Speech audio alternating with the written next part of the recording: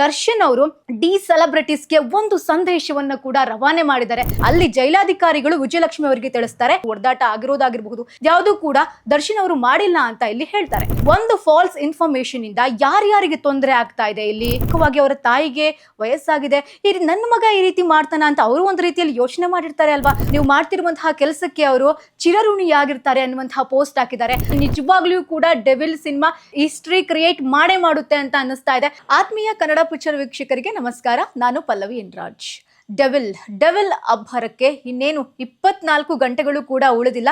ಈಗಾಗಲೇ ನೀವು ನೋಡ್ತಾ ಇರಬಹುದು ಸಾಮಾಜಿಕ ಜಾಲತಾಣದಲ್ಲಿ, ಹಾಗನೇ ಡಿ ಬಾಸ್ ಅಂತಂದ್ರೆ ದರ್ಶನ್ ಅವರ ಒಂದಷ್ಟು ಗ್ರೂಪ್ಸ್ಗಳಲ್ಲಿ ಈಗಾಗಲೇ ಒಂದಷ್ಟು ವಿಡಿಯೋಸ್ಗಳು ವೈರಲ್ ಆಗ್ತಾ ಇದೆ. ಅಭಿಮಾನಿಗಳು ಕುಳಿದು ಕುಪ್ಪಳಿಸ್ತಾ ಇದ್ದಾರೆ, ಹಾಗೆಯೇ ಸೆಲೆಬ್ರೇಷನ್ ಜೋರಾಗಿದೆ. ಸೊ ಈ ಹಿಂದೆ ಅಂದ್ರೆ ಒಂದೆರಡು ದಿನಗಳ ಹಿಂದೆ ದರ್ಶನ್ ಅವರ ಕುರಿತಾದಂತಹ ಒಂದಷ್ಟು ವಿಚಾರಗಳು ಹರಡಿರುತ್ತೆ. ಅಂದ್ರೆ ಜೈಲಲ್ಲಿ ದರ್ಶನ್ ಅವರು ತನ್ನ ಸೆಲ್ನಲ್ಲಿರುವಂತಹವರಿಗೆ ಟಾರ್ಚರ್ ಕೊಡ್ತಾ ಇದ್ದಾರೆ, ಅವಾಚ್ಯ ಶಬ್ದಗಳನ್ನ ಬಳಸ್ತಾ ಇದ್ದಾರೆ, ಹಾಗೆ ಹೊಡೆದಿದ್ದಾರೆ ಅಂತ ಕೂಡ. ಸೊ ಇದರಿಂದ ಅವರ ಅಭಿಮಾನಿಗಳಿಗೆ ಹಾಗೆ ಅವರ ಮನೆಯವರಿಗೆ ಮಾನಸಿಕವಾಗಿ ನೋವು ಉಂಟಾಗಿರುತ್ತೆ. ನಿಜವಾಗ್ಲೂ ದರ್ಶನ್ ಅವರು ಹಾಗೆ ಮಾಡಿದ್ರ ಅಥವಾ ಬಿಟ್ರ ಅದು ಸೆಕೆಂಡ್ರಿ. ಅದನ್ನೆಲ್ಲ ನೋಡ್ಕೊಳ್ಳೋದಿಕ್ಕೆ ಕಾನೂನಿದೆ, ನ್ಯಾಯಾಲಯ ಇದೆ. ನಾವು ಅದ್ರ ಬಗ್ಗೆ ಯಾವುದೇ ರೀತಿಯ ಕಮೆಂಟ್ ಮಾಡುವಾಗೆ ಇಲ್ಲ. ಸೊ ಸದ್ಯಕ್ಕೆ ಒಂದಷ್ಟು ಸೋಷಿಯಲ್ ಮೀಡಿಯಾದಲ್ಲಿ ನೋಡ್ತಾ ಇರಬಹುದು, ಯೂಟ್ಯೂಬ್ ಆಗಿರಬಹುದು, ಇನ್ಸ್ಟಾಗ್ರಾಮ್ ಆಗಿರಬಹುದು, ಫೇಸ್ಬುಕ್ ಆಗಿರಬಹುದು, ಹಾಗೆಯೇ ಕೆಲ ಮಾಧ್ಯಮಗಳಲ್ಲಿ ದರ್ಶನ್ ಅವರ ಕುರಿತಾದಂತಹ ವಿಚಾರಗಳು ಸುದ್ದಿಯಲ್ಲಿರುತ್ತೆ, ಓಡಾಡ್ತಾ ಇರುತ್ತೆ. ಇದನ್ನ ದರ್ಶನ್ ಅಭಿಮಾನಿಗಳು ತಳ್ಳಿ ಹಾಕಿರ್ತಾರೆ. ಯಾಕಂದ್ರೆ ದರ್ಶನ್ ಅವರ ಕುರಿತಾದಂತಹ ಸುದ್ದಿ ಬಂದಾಗ ಅದನ್ನ ಆಬ್ವಿಯಸ್ಲಿ ಯಾರು ಕೂಡ ಸ್ವೀಕರಿಸಲ್ಲ ಅವರ ಅಭಿಮಾನಿಗಳು. ಸೊ ಅದೇ ರೀತಿಯಾಗಿ ತಳ್ಳಿ ಹಾಕ್ತಾರೆ.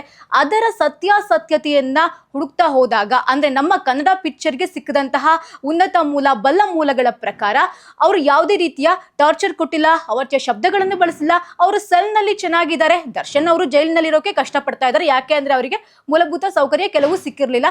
ಈಗಾಗಲೇ ಅದು ಕೋರ್ಟ್ನಲ್ಲಿಯೂ ಕೂಡ ಇದೆ ಆ ವಿಚಾರ. ಅದಕ್ಕೆ ಸಂಬಂಧಪಟ್ಟಂತೆ ಕೂಡ ಅವರು ಹೋರಾಟವನ್ನು ಕೂಡ ಮಾಡ್ತಾ ಇದ್ದಾರೆ. ಜೊತೆಗೆ ಅವರ ಅಭಿಮಾನಿಗಳು ಅವರ ಬೆಂಬಲವಾಗಿ ನಿಂತಿದ್ದಾರೆ, ಅವರ ಪತ್ನಿ ವಿಜಯಲಕ್ಷ್ಮಿ ಅವರು ಅವರ ಬೆಂಬಲವಾಗಿ ನಿಂತಿದ್ದಾರೆ. ಸೊ ಸೆಲೆಬ್ರಿಟೀಸ್ ಅಂದ್ರೆ ಡಿ ಸೆಲೆಬ್ರಿಟೀಸ್ ಎಲ್ಲರೂ ಕೂಡ ಅವ್ರ ಜೊತೆಗೆ ಇದ್ದಾರೆ.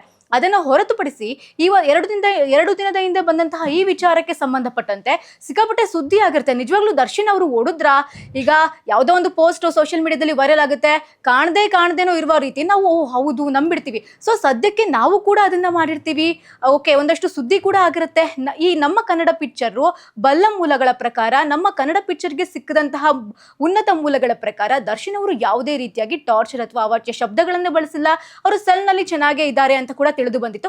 ಸೊ ನಾವು ಇದರ ಕುರಿತಾಗಿ ವಿಡಿಯೋ ಒಂದನ್ನು ಕೂಡ ಮಾಡಿದ್ವಿ. ಆ ನಂತರದಲ್ಲಿ ನಿನ್ನೆಯ ಸಂದರ್ಭದಲ್ಲಿ ದರ್ಶನ್ ಅವರ ಪತ್ನಿ ವಿಜಯಲಕ್ಷ್ಮಿ ಅವರು ಜೈಲಿಗೆ ಭೇಟಿ ನೀಡ್ತಾರೆ.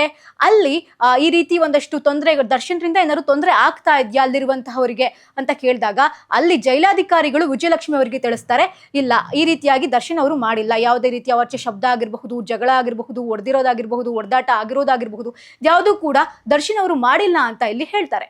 ಸೊ ಹೀಗಾಗಿ ಒಂದು ಫಾಲ್ಸ್ ಇನ್ಫಾರ್ಮೇಶನ್ ಇಂದ ಯಾರ್ಯಾರಿಗೆ ತೊಂದರೆ ಆಗ್ತಾ ಇದೆ, ಇಲ್ಲಿ ಒಂದು ಅಭಿಮಾನಿಗಳಿಗೆ ಭಾವನಾತ್ಮಕವಾಗಿ ಹೊಡ್ತಾ ಬಿದ್ದಿದೆ, ತಮ್ಮ ಮನೆಯವರಿಗೆ, ದರ್ಶನ್ ಅವರ ತಾಯಿಗೆ, ಅವರು ಪ್ರಮುಖವಾಗಿ ಅವರ ತಾಯಿಗೆ ವಯಸ್ಸಾಗಿದೆ, ನನ್ನ ಮಗ ಈ ರೀತಿ ಮಾಡ್ತಾನ ಅಂತ ಅವರು ಒಂದು ರೀತಿಯಲ್ಲಿ ಯೋಚನೆ ಮಾಡಿರ್ತಾರೆ ಅಲ್ವಾ. ಸೊ ಒಂದು ಫಾಲ್ಸ್ ಇನ್ಫಾರ್ಮೇಶನ್ ನಾವೆಲ್ಲರೂ ಅಂದ್ರೆ ನಮ್ಮ ಸುತ್ತಮುತ್ತ ಹರಡೋದ್ರಿಂದ ಯಾರ್ಯಾರಿಗೆಲ್ಲ ತೊಂದರೆ ಆಗ್ತಾ ಇದೆ. ಅವರ ಪತ್ನಿ ವಿಜಯಲಕ್ಷ್ಮಿ ಅವರು ಅವರಿಗೆ ಒಂದು ಬೆನ್ನೆಲುಬಾಗಿ ನಿಂತ್ಕೊಂಡಿದ್ದಾರೆ, ದರ್ಶನ್ ಅವರ ಎಲ್ಲ ಆಗು ಹೋಗುಗಳನ್ನ ನೋಡ್ಕೊಂತಿದ್ದಾರೆ ಸದ್ಯಕ್ಕೆ. ಹಾಗೆ ಮಗ ಇದ್ದಾನೆ, ಸ್ಕೂಲ್ಗೆ ಹೋಗುವಂತಹ ಮಗ ಇದ್ದಾನೆ, ಅವರ ಭಾವನೆಗೆ ಯಾವ ರೀತಿ ಪೆಟ್ಟು ಬೀಳಬಹುದು, ಇದನ್ನ ಯಾವುದನ್ನು ಕೂಡ ಫಾಲ್ಸ್ ಇನ್ಫಾರ್ಮೇಶನ್ ಹರಡೋರು ಯೋಚನೆ ಮಾಡೋದಿಲ್ವಾ, ಇದನ್ನು ಕೂಡ ನಾವು ಗಮನಿಸಬೇಕಾಗುತ್ತೆ. ಸೊ ಈಗ ವಿಜಯಲಕ್ಷ್ಮಿ ಅವರು ಕೂಡ ಒಂದು ಪೋಸ್ಟ್ ಅನ್ನ ಹಾಕಿದ್ದಾರೆ ಡಿ ಸೆಲೆಬ್ರಿಟೀಸ್ ಗಳಿಗೆ. ಆ ಪೋಸ್ಟ್ ಅನ್ನು ಕೂಡ ತಲುಪಿಸುವಂತಹ ಕೆಲಸವನ್ನು ವಿಜಯಲಕ್ಷ್ಮಿ ಅವರು ಮಾಡಿದ್ದಾರೆ. ನಿಮ್ಮ ದರ್ಶನ್ ಅವರು ಚೆನ್ನಾಗಿದ್ದಾರೆ, ನಾನು ನಿಮ್ಮ ಬಗ್ಗೆ ಅವ್ರ ಹತ್ರ ಆಗಾಗ ಹೇಳ್ತಾ ಇರ್ತೀನಿ, ಭೇಟಿಯಾದಾಗೆಲ್ಲ ನಿಮ್ಮನ್ನೇ ಹೆಚ್ಚಾಗಿ ಕೇಳ್ತಾ ಇರ್ತಾರೆ ದರ್ಶನ್ ಅವರು, ನೀವು ಮಾಡ್ತಿರುವಂತಹ ಕೆಲಸಕ್ಕೆ ಅವರು ಚಿರಋಣಿಯಾಗಿರ್ತಾರೆ ಅನ್ನುವಂತಹ ಪೋಸ್ಟ್ ಹಾಕಿದ್ದಾರೆ. ಅಲ್ಲಿ ದರ್ಶನ್ ಅವರು ಯಾರಿಗೂ ಕೂಡ ಯಾವುದೇ ನೋವನ್ನುಂಟು ಮಾಡಿಲ್ಲ, ಮಾತಿನಿಂದ ಆಗಿರಬಹುದು ಅಥವಾ ಅವ್ರು ಯಾರ ಭಾವನೆಗೂ ಕೂಡ ಧಕ್ಕೆಯಾಗುವಂತೆ ದರ್ಶನ್ ಅವರು ಜೈಲಿನಲ್ಲಿ ವರ್ತಿಸಿಲ್ಲ.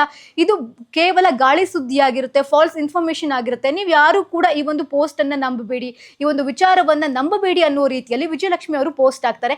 ಆ ನಂತರದಲ್ಲಿ ಇನ್ನೊಂದು ಬಹಳ ಖುಷಿಯ ವಿಚಾರ ಅಂತಂದ್ರೆ ದರ್ಶನ್ ಅವರು ಡಿ ಸೆಲೆಬ್ರಿಟೀಸ್ಗೆ ಒಂದು ಸಂದೇಶವನ್ನು ಕೂಡ ರವಾನೆ ಮಾಡಿದ್ದಾರೆ.